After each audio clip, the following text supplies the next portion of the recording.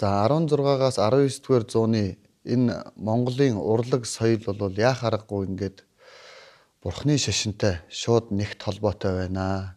Лагшингийн шүтэнийг бол зурж болно, ойж болно, хатгаж болно, цутгаж болно, сийлж болно, барьж болно. Олон урлагийн аргуудаар бүтээдэг. Энэ дундаас бол зээгт наамл буюу торгон зурх хэмээх алдарсан энэ урлагийн талаар бас товчхон ярих гэж байна. Төвдөр бол энийг Иретан гэдгийг.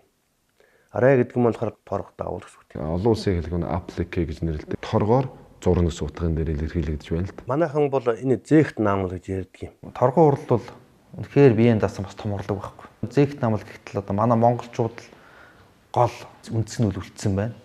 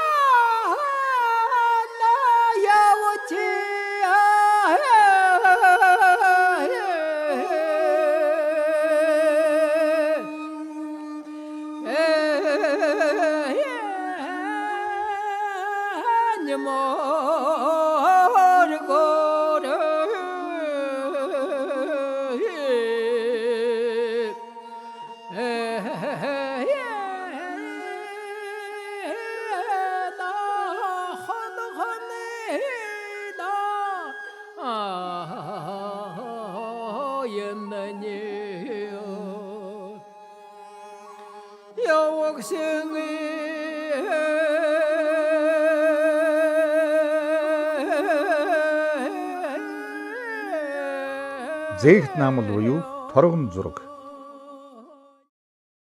Жанживд Чинлэн хийдээс санаачлан зохион байгуулж буй 16-аас 19-р зууны Монголын уран барилга, уран баримл, зээгт наамл буюу торгон зураг, уран зураг гэсэн дөрвөн сэдвт баримтат нэвтрүүлэг маань үүгээр эхэлж байна. Шүтэн зээгт наамл маань бол бүр манай эртний хаадын үеэс бол ахуй хэрэглээнд бол өргөн дэлгэрч хэрэглэгдэж байсан. Эртний хаадуудын дээл ховцос ерөнхийдөө ханны урал, дэвсгэрийн урлаг дээр бол энэ зээгт наамл бол тодорхой илэрхий ингээд нотолгой баримттай хадгалж үйлдсэн байдаг. Энэ уламжлал мөн адилхан тасраагүй одоо ингээд уламжлагдаад ирсэн байгаа. Одоо ноён уулын өчнөөс бол агуу сайхан зээгт наамл байдаг. Одоо энэ зээгт наамл бол Оросын холбооны улсын Эрэмтайчин музейд хадгалагдж идэг. Энэ бол дэлхийд гайхуулсан бүтээл байдаг. Энэ бол нүүдэлчдийн урлагийг бүрэн тодорхойлж чадах бүтээл юм.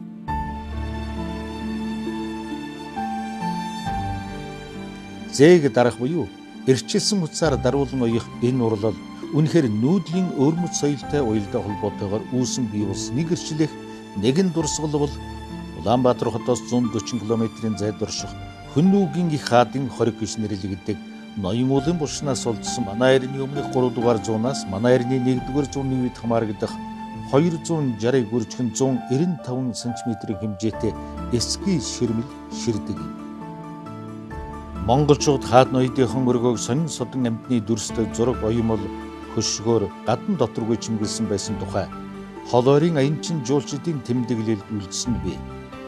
Хүннүү булшнаас олдсон ширмэл урлыг өнөө хүртэл хадгалагдж ирсэн зээгт наамлын анхны бүтээлийн бодит дурсгал гэж үздэг.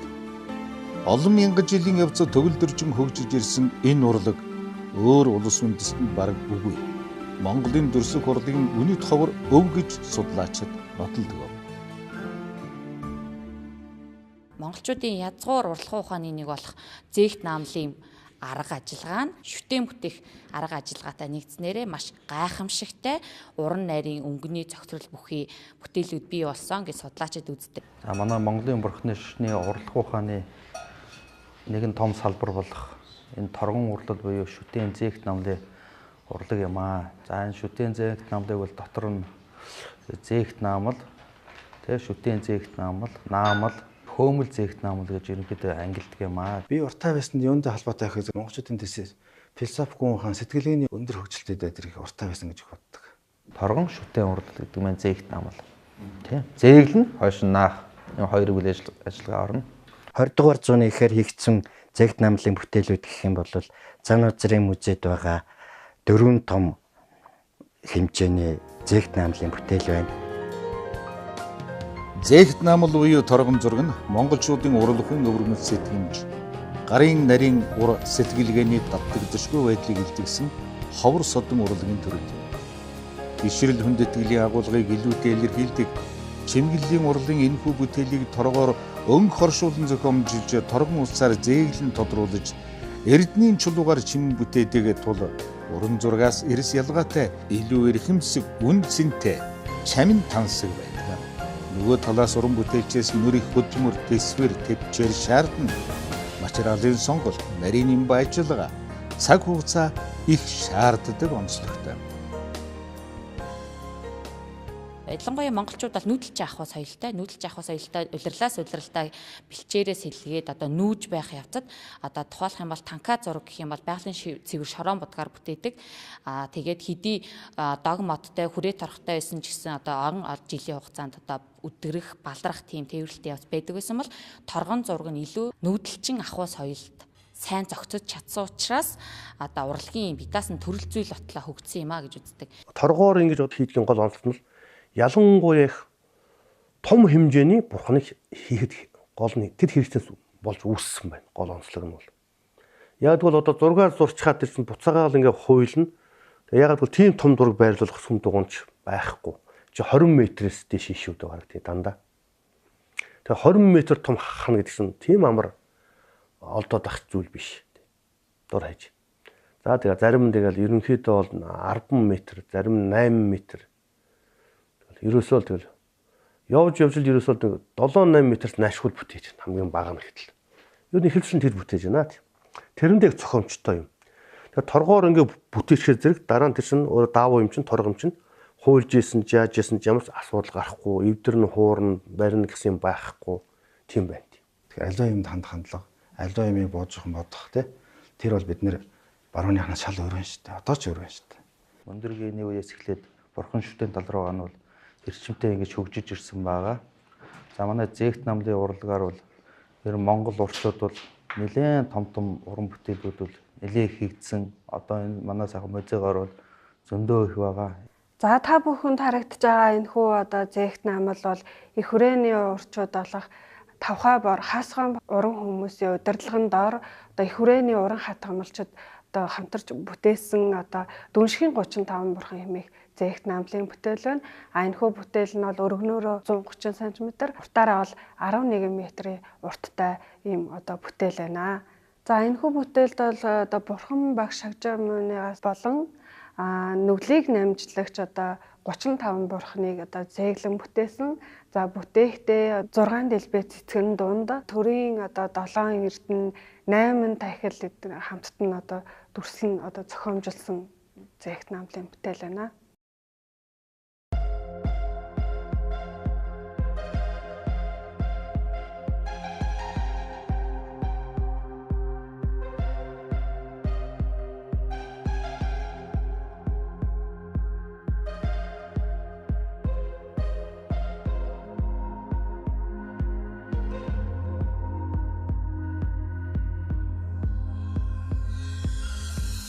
Урхадын гамзай, зуурдын үхэл зовлон, өвчин зэтгэр, ад жөтгөр, хормоо санааг даран устгах утга бэлэгдэнэ. Дүрслэл хурлын музейд байгаа Дүншгийн 35 бурхны авраг том зээгт наамлын зөвхөн 7-нд Дүрслэл хурлын музейн бүхэл бүтэн хан эзэлж байгааг үзэхэд бүхлээрэн ямархуу авраг бүтээл байсныг гэрчилнэ.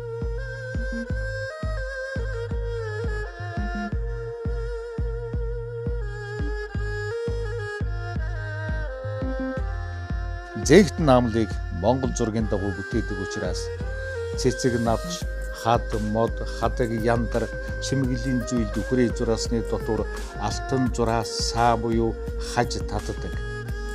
Онцгой чимэглэлдээ жижиг сувд хэлхэн даруулдаг байж. Байгалыг урлагтаа юуны өмнө аль улирал байхыг бодож 100 бол ногоон өнгө байх нь мэдээж боловч түүний ганц ногоон өнгөөр ойдгүй. Утасны өнгийг хольж ойно. Цэцгийг байгалийн өнгөнд зохицуулан ойдог. Зээгт наамлыг торгомсог, саатай утас, нарийн нандин бүс, бүр эрдний гэрэл чулуу алтан мөнгөн хэрэглэгдэхүүнээр бүтээдэг болохоор Эристис өнгийг харшуулна.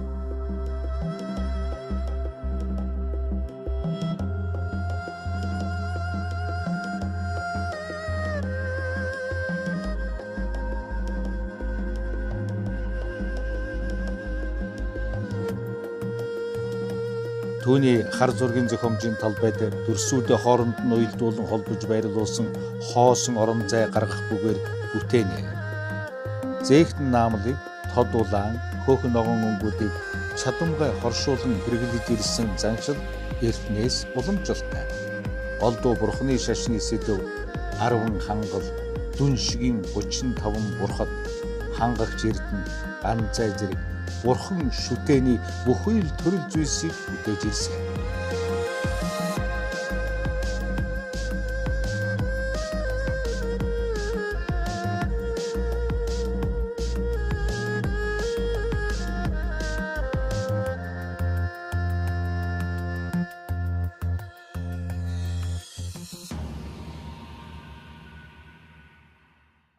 Бурхан шүтээнийг зээгт намлаар уралж байсан ч, зургаар уралж исэн ч, баримлаар уралж исэн ч, цутгуураар уралсан ч зөв хийж байгаа тохиолдолд бол энэ бүгдээрээ Бурханы дээдийн урлал гэж яригдана. Ерөнхийдөө шүтэн урлаг, шүтэн зураг маань бүх юмны үндэс нь байдаг юм. Яагаад Монголын шүтэн урлал, зээгт наамл бол юм онцгой гойд байна гэхээр ер нь бол тэр дандаа бурхан урлаачтаараа өдөрдүүлж бурхан урлаачтын дор зээгт наамлаа шүтэж яадаг бурхан шүтэн урлж ясаа учраас өнгөний хоршил гайхамшигтай, тэг донж тэг гайхамшигтай дүрслэл илэрхийлэл тэр торгоны зохицолтой бол бүдүүн нарийн зээгний ялгамжаа үзүүр гаргасан байдал бол гайхамшигтай төгс хоршсон байдаг. Бүтээгт бол 3 хазгаан аюул, 3 урттган аюул, 3 богино тулх аюул гэсэн бүр судран дээр заасан байгаа. Тийм учраас бас хамаагүй намаагүй бас бурхан шүтээнийг бүтээж жоохон осолтой шүү. Ер нь зээгт намл бол бас шүтэн бүтээхээс гадна энгийн бас юмд бол зөндөө хэрэглэгдэж болно.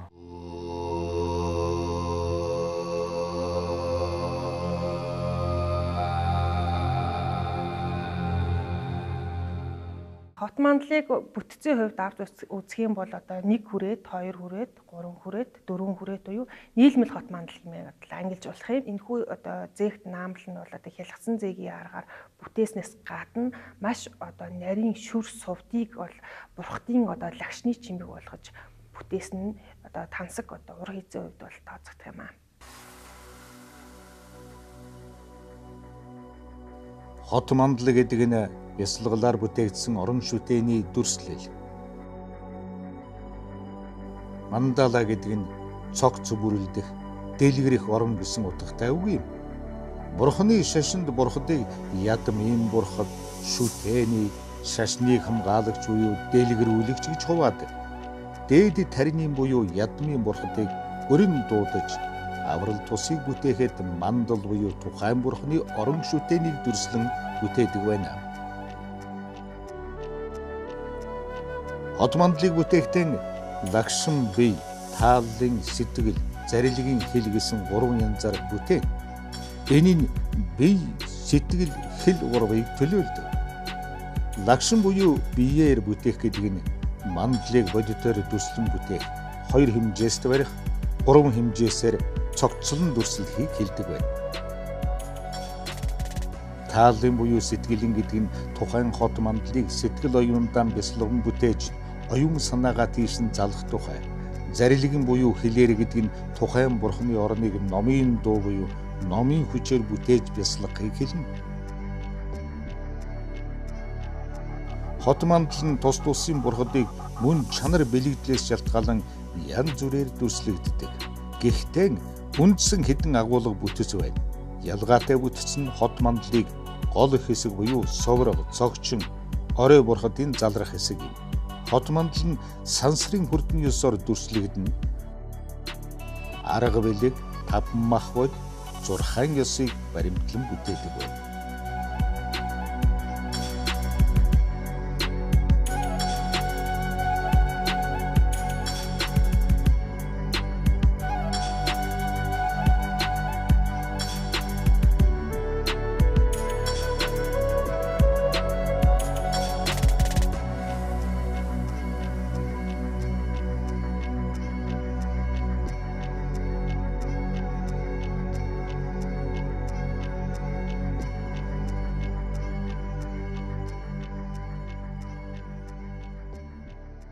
Манайхан бол хуучин бол одоо зүгээр нэгэн торгоор хийхгүй шүү дээ. Хүр хорхон торго юу силкээр хийдэг. Зээгт намлын гадна талаар улаан, шар өнгийн хоёр торгоор нарийнхан хүрээ цахлан гаргадаг. Энэ маань ямар учирыг илэрхийлж байна? Хуучин ёс, шинэ ёс гэсэн хоёр уламжлалыг хадгалж байдаг. Хуучин ёс гэдэг маань лом бодомжны огсын дэлгээс улааны шишин анхлан дэлгээс үүнээс хойшлоод манай богд зонхоо буюу шар малгайтны гэлбэн ёс үүсэн гарсан. Энийг бол шинэ ёс гэдэг. Тэгээд шинэ хуучин ёсыг бэлэгдэж улаан шар хоёр хүрээг бол заавал татдаг. Энэ маань бол тэр улааны шашин шарын шишин хослон оршиж байна гэдэг бол илэрхийлж байдаг. Бурхтын гоош өнгө өөр ингэсэн тогтсон хэмжээтэй байдаг. Энэ хэмжээ дамжаагаар нарийн одоо баримтлан хийдэг. Бурхны гоош өнгө уртал нарийнхан торгоор хэмжнийг хаалга маягтай үүдэг гард. Энэ бурхтын одоо орж гарах үүд юм а гэж ам дамжин ярьсан яриа байдаг. Тэгэхээр гоошун гэдэг маань өөрөө бол бурхтын одоо захыг одоо захалж ойдгийн торгон хүрээг бол ингэж нэрлэдэг уламжлалтай байсан юм байна. Ойдл нь бол маш учиртай. Хоол оёх уу, ойр оёх уу, чангалах уу, суллах уу. Ер нь жаахан чанга оёодгцсан торгон өрчих гэдэг. Ер нь сул оёгдсон манай улцсан болох гэдэг. Тэрийг бол маш зааврын дагуу багшаас бол сурсан байх хэвээр. Зээгт намын цаашаа задраад хатгамал урлаг тэгэл зүү ороо оёг шидэх. Тэгээ очноо олон төрлийн оёос шидэс байна. Зээгт намлын гол утга учир бол тэр тэг үлгэр загвар материаланд их гайхамшигын чанар нарч байдаг. Хар зургууд маш сайн байх хэрэгтэй. Загвараа сайхан гой цаасан дээр буулгана. За тэр тэгээд өөрхөн төр зурхаж байгаа хийж байгаа бурхандаа тохирсон, өнгө тохирсон торгонуудаа бүгдийг бэлдэнэ. Яг өөрхөө хийх гэж байгаа бүтээлдээ тохируулсан тэр материалыг бол бүр зорж очиж цонгон авч бүтээлээ төрөвдөг байж. Сайхан нарийн шигтэй, сайн нэхэстэй, сайхан сэлэг торгуудыг эсгэн. Гэхдээ бол яг тэр хийх хэсгээр нь хэсэгчлэн цэцэг навч юу л байна бүх зүйлүүдийг өнгөөр нь эсгээ давнуудаа бүгд нь арлна. Муутуу цаасаар ингэж сардаж жаахан даргардуу болгож жагаад шивсэн сайхан хар зургаанууд тухайд нь буулгаад шивээсээр буулсныхаа дагуу нөгөөтгөө одоо ингээд одоо нарийнаас хичнээн бүдүүн болгон томж ирчил хийж болдог. Гурвуулсан ч зээг гэж байна. Тэр гурваар сүлжиж гисэн тэрнийгээ бол дунд нь хатгаад зээгээ хийгээ явчихна. Хоёр ирчтэй маш нарийнхан одоо мянцсан утсаар чинь хоёр гэдэг чинь маш жижигхэн нарийнхаа юм байна шүү дээ. Тэгээ тэр нь байна. Тэгээ тэрнээс томорсоор том болцоод ингээ янз л зээгнүүдийг хийдээлээ. Тэгээ тэгж одоо зээгүүдийг бэлдэнэ. Тэрнийхээ дагуу зээг болгоно. За ногоон өнгө байх юм бол тэнгэр ч юм уу. Улаан өнгийн одоо хэрвээ зүйл байх юм бол одоо хүрэн улаан юм уу, ингэсгэн хүрэн уцаар ч юм уу тийм ээ. Дандаа торгон уцаар. Дэвсгэр суур өнгө нь яах нь өнгөтэй торгон дагуу байх нь шүү дээ. Тэгээд тэрнийхээ сайн дуусныхын дараа буцааж нөгөө өнөөд яг тэр зээгээ дагуулаад буцааж нугалд ардалд наагаал дараа нь тусгай нэг суур нэг дэвсгэрэн дээр нөгөөтгүүдээ холболт хийгээл. Тэгээ ингээд эвлүүлэлт ингээд ойсоор байгаад тэгээд ерөөсө дуусгадаг. Нэг юм техниктэй. Монголын үндэсний дэлгэмэл зураг гэж алдарсан зээгт наамал чухал байр эзэлдэг юм. Ойж мэдгэх урлагийн аргу хааны цогцлол болсон томрун төрөл зээгт наамал юм.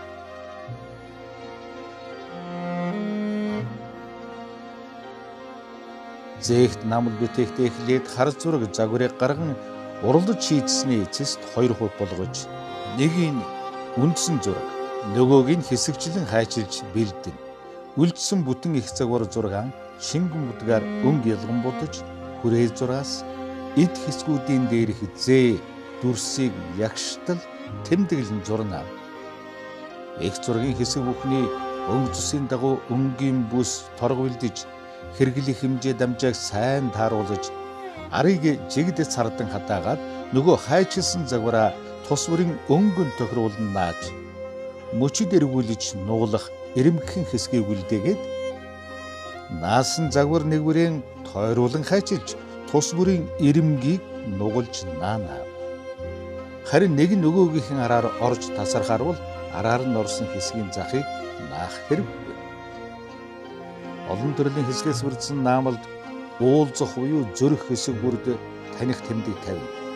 Торг болон ер нь ямар ч бүс бараагаар зээгт наамал хийхэд эдийн ширхгийг заавал нэг чигт нь болгоно. Хэрвээ ширхгийг нь буруу зүрүү харсан бол өнгө нь өөрчлөгдөнө. Ингэж ширхэгчл нь нугалж нааж бэлтгэсэн зүйлээ бүтэн их загвар дээрээ зөрүүгүй тохируулан тавьж холбож нааж оёод жинхэнэ дэвсгэр дээрээ эрэмгээр нь нааж тэр бүгдийн эрэмийг зээгэн дотор зээгний өнгийн утсаар даруулна.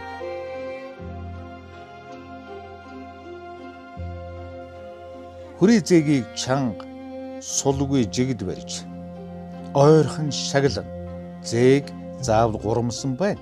Торгон утсаар алгадсан байна. Зээгийн өнгө торгоноос ялгархаар тод байх нь чухал. Зээг бол уг наамлын хүрээ зураас учраас тиймхүү тод ялгаж өгөх үүрэгтэй.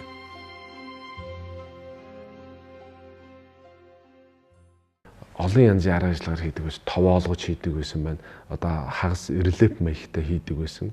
Одоо цамын багны тэр шамтуу хормовчнуудыг үзэхэд бол дандаа товгортой 3D маягтайгаар тухайн үед хийж ирж нэг хоёрдугаарт нь зээгээр дагинж хийдэг гэж зээгээрээ ингэж гэрэл сүтрийн ялгамжааг бол уусгаж дагнсан маягтай ингэж хийдэг байж гуравт нь болоод тэрхээр зээгэн дээрээ торгон дээрээ бүр ингэж будгаар даавны будгаар өнгө шин будгаараас өнгө өгж торгон дээрээс уусгаж буддаг юм уламжил бас байж мөн огт зээггүйгээр тухайн материал нуглаж хийдэг гэсэн бас юм арга ажиллагаа байна. Гэх мэт. Тэгээ мөн зээгт наамлыг хатгамалтай хослуулж хийсэн бас уламжлууд бас харагдаж байдаг. Мөн зээгт наамл дээр 9 эртнийг шигтгэж металлтай хослуулж хийсэн байдаг. Одоо хуучны сайхан бурхдууд бол одоо дитамин чимэг одоо ингэ чимэг зүүлтэн дандаа алт мөнгө шүр оруулан сайхан бүтээд уламжлал бол байгаа. Тэр зээгт наамлаа шүр совд оюун номын алтан мөнгө эрдэнэр хүртэл бүр ингэ чимэглэж бүр тансаг гайхамшигтай гэж болгож хийсэн зээгт наамлууд байна. Тэр нь одоо Балдан ламын зээгт наамл гэхэд одоо дүрс хурлын музейд одоо бол бодиттойгоор энэ олон зүйлийг хослуулаа хийсэн зээгт наамл нь байж байна. Энэхүү одоо Балдан лам бурхан нь алт мөнгө одоо 9 эрднийг одоо шигтгэж урснараа бол онцлог юм. Лагшингийн чимгийг нь хуурсан нарийн шүр сувдаар шигтгэж ийснээр бол онцлог юм аа. Мөн түүнчлэн тогсны өдөр одоо шүхүр хийж өгсөн байдаг. Энэ нь бол тогсны өдний шүхүр нь бол аливаа муу зүйлийг одоо оруулахгүй гэсэн утга санааг бол илэрхийлдэг байгаа. Балдан лам бурхны маш олон одоо домог үлгэр байдаг. Монголчууд Балдан лам бурхныг эрт үеэс ариун цагаан буйныг дэлгэрүүлэгч ертөнцийн амьтан бүгдийг энэ яваа насанд нь өвчин зовлон ад тэрсүүдийн хорлол муу бүхнээс авран хамаалдаг хэмээн шүтэж ирсэн уламжлалтай. Сүм хийдүү жил бүрийн өвлийн сүүл сарын битүүний өдөр Балдан лам сахиусыг өрн залгах ёсол хийн тахил өргөж сайхан жил гарахыг бэлгэдэг.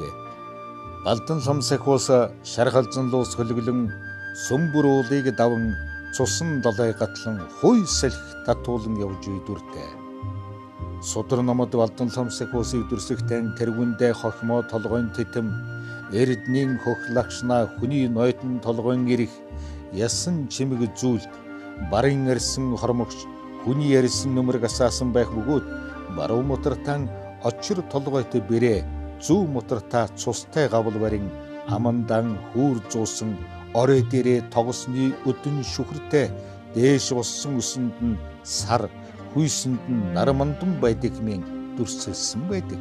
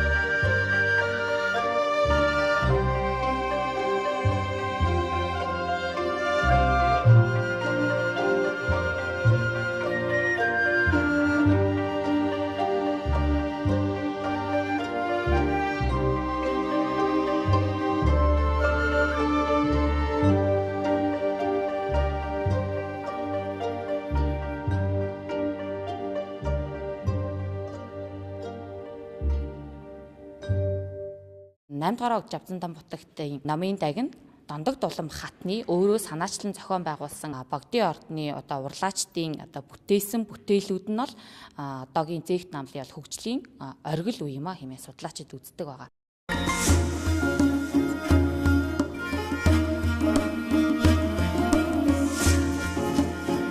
Шүр сувдаар утас дарвал хоёдлын аргаар богд хаад, хатан, ихэс дээдсийн зэрэг дэвийн ховдос уралдаг. Богд хааны ордон музейд байгаа хааны номын ёслолын лун хээтэй их магнаг шавидэл, Дондог дулмын хатны шүрэн залаатай совдон хээтэй тоорц зэрэг ихэс дээдэс, лам хуваргийн жанж, дээл, тэтэм, бүс зэрэг дэвийн ховдос тэргүүднийг энэ аргаар уралдгийн нэг нь совдон чимэглэлтэй хантаац юм.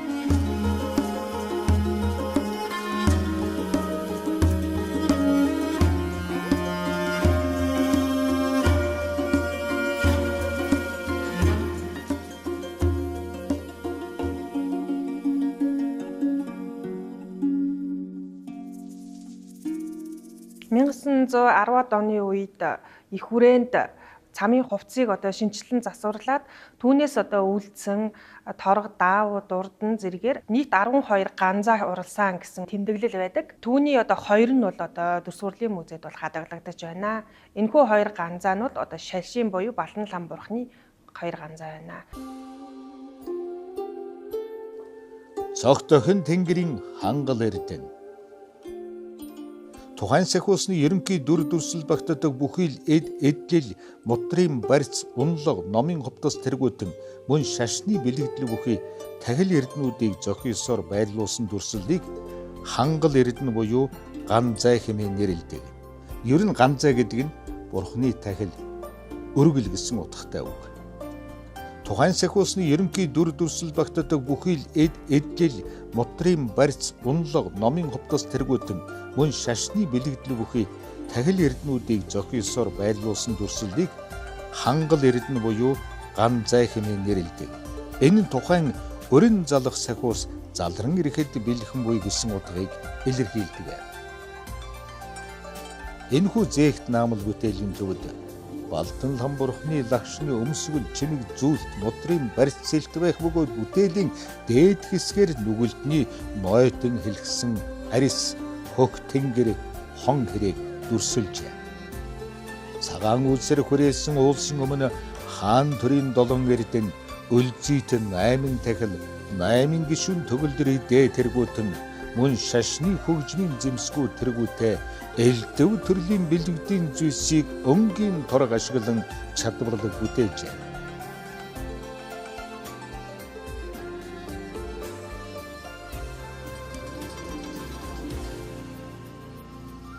Бүтээлийн доод хэсэгт балин, тахилзал, сэтэртэй адуу, үхэр, хонь ямаа, нохой, цагаан заан, араатан амтан болон сэтэртэй тэмээг дүрсэлсэн Монгол ахуй гэлтгсэн гайхамшигтай бүтээл болжээ. Энд дүрслэгсэн адгуус мал тахилууд нь өөр өөрийн утгаснаа бэлэгдлийг илэрхийлэн тухайлах юм бол мориор харам сэтгэлийг, шувуугаар хүсэл тачаалыг, үхрээр монхог харанхуй зэргийг төлөөлүүлэн дүрсэлдэг. Амьтныг оёхтон усны ширхгээ дагуулж хөндрүүлж, хөнгөрүүлэх, утсаар уусгах маягаар ойно.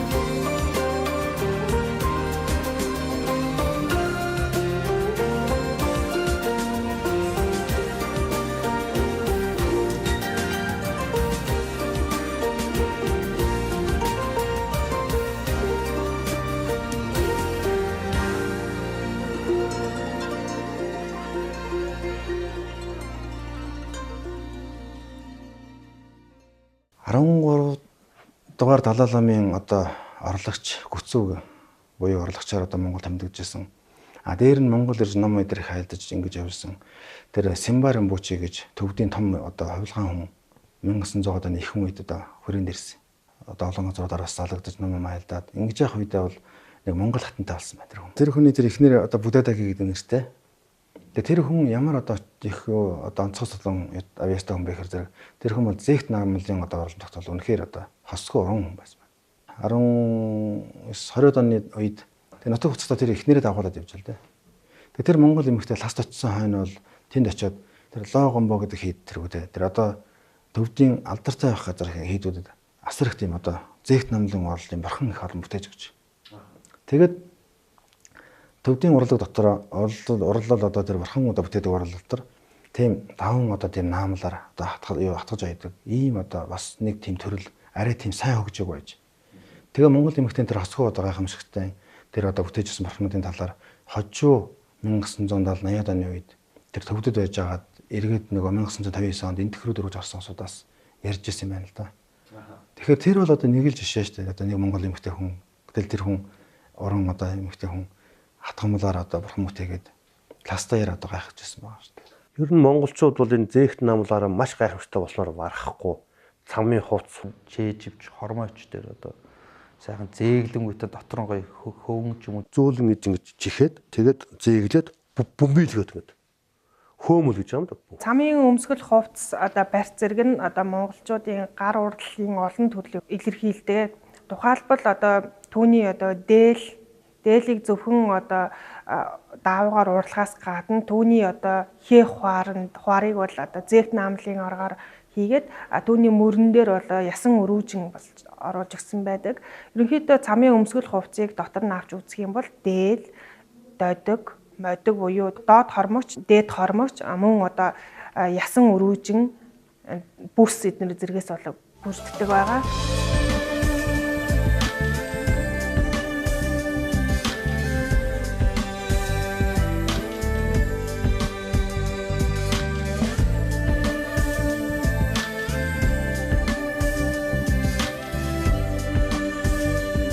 Дамжинсараа их сурвалжаас авч үзэх юм бол эдгээр одоо товгор Зэгт наамлын аргаар бүтээсэн энэхүү зэгт нь анх 1811 оны үед бол цамд гарахад бүтээсэн болов уу гэж тэмдэглэсэн байдаг. Тиймээс одоо зарим энэ хувцс хэрэглэл нь бол 1811 оны үед бол хамрагдах өгөөд түүнээс хойш бол хамгийн сүүлд 1910-ад оны үед бол дахин сэргээж сэлбэж зассан байдаг. Цамын хувцас хэрэглэн нь бол одоо тухайн ямар бурхан өмсгөөс нь хамаарат өөр одоо байдаг. Тухайлбал цагаан өвгөн гэхэд бол дээлтэй таяг барьсан байх жишээтэй. Харин бол баян намсраа бол одоо хуйг дуулаг өмссөн. Баян намсраа улаан замсран бурхтай дандаа хуйг дуулахтай. Түүнийг одоо хуйг дуулгыг бүтээхтэй бол товгор Зэгт наамлын аргаар хийсгээс гадна дээдх одоо хуйгны ялц гэж нэрлэдэг. Энэ хүү ялцыг бол одоо гуйлаар зутгаад алтаар шараад дээр нь бол одоо оюу номин шүр эднэрийг шигтгэж өгсөн байгаагаараа бол их онцлогтой юм аа. Манай Монголд ерөнхийдөө Зэгт наамлын уралд бол одоо бол сайхан үлдсэн байна. Энэ Зэгт наамлыг нь хааж одоо ер нь бүтээхэд яг уламжлалын дагуу бүтээж байгаа газар бол бас ховор байна. Зэгт наамлыг бол ер нь бол түүхийн явцдаа оргилтон тултлах хөгжүүлж чадсан орн бол зөвхөн Монгол улс. Тэгэхээр монголчууд бол энэ Зэгт наамлын жинхэнэ оргил бол 18 19 дугаар зуунд бол бүтээгдсэн юм бол. Одоо 8 дугаар бүгдийн хатан тэгээ Монголын сүлжээ хатан гэж нэрлэгддэг тийм ээ. Одоо Дандууд улам хатан бол бас Монголын нэртэй орчуудыг цуглуулж хүрээний одоо алдартай энэ бурхан шүтэнүүд их орлуулдаг юм хүн байж. Их олон одоо орчуудыг залж ирж. Одоогийн энэ улсын музейнуудад байгаа ихэнх одоо тэр хатгамал уртуудыг манай их тагийн одоо өөрөө ахалж тэнд одоо зөвлөж зааж ингэж өнөөдрийн гадна дотны хүмүүсийн одны тожирлах юм болсон байна шүү дээ. Тэрний одоо бүх одоо сайхан бүтээсэн Монголын сонгодог болсон алдарж ирсэн буртууд нь одоо бүгд одоо манай энд хадгалгад өмөлдсөн байна. Манай Монголын орн одоо төв музейнууд болон дүрс урлагийн музей Чойжин лам Эрдэнэ бүх одоо энэ газруудад бол байна. Гадна дотноос ирсэн жуулчдыг хараад байхад бол Монголын гандан хий дээр орж шашны одоо урлагийн бүтээлүүдийг үзэж хардаг. Дээр нь үндэсний хэдэн музейгээр одоо орж штэ. Тэгэхээр тэр эднэр юу үзэх гээд байна гэхээр тухайн улсын тэр одоо урлал, уран сайхан, соёл юу байсан бэ гэдгээс л тухайн улс ямар хөгжилтэй байсан бэ гэдэг дүгнэлт юм дүгнэлт байдаг. Тэгэхээр тэрийг харж тэр улсууд бас сэтгэлийн одоо их сан таашаал авч байгаа шүү дээ. Жанчив Дичнэлэн хийдээ санаачлан зохион байгуулж буй торгон зураг буюу зээгт наамал гэсэн энэхүү нэвтрүүлэг маань энэ хүрээд өндөрлөж байна.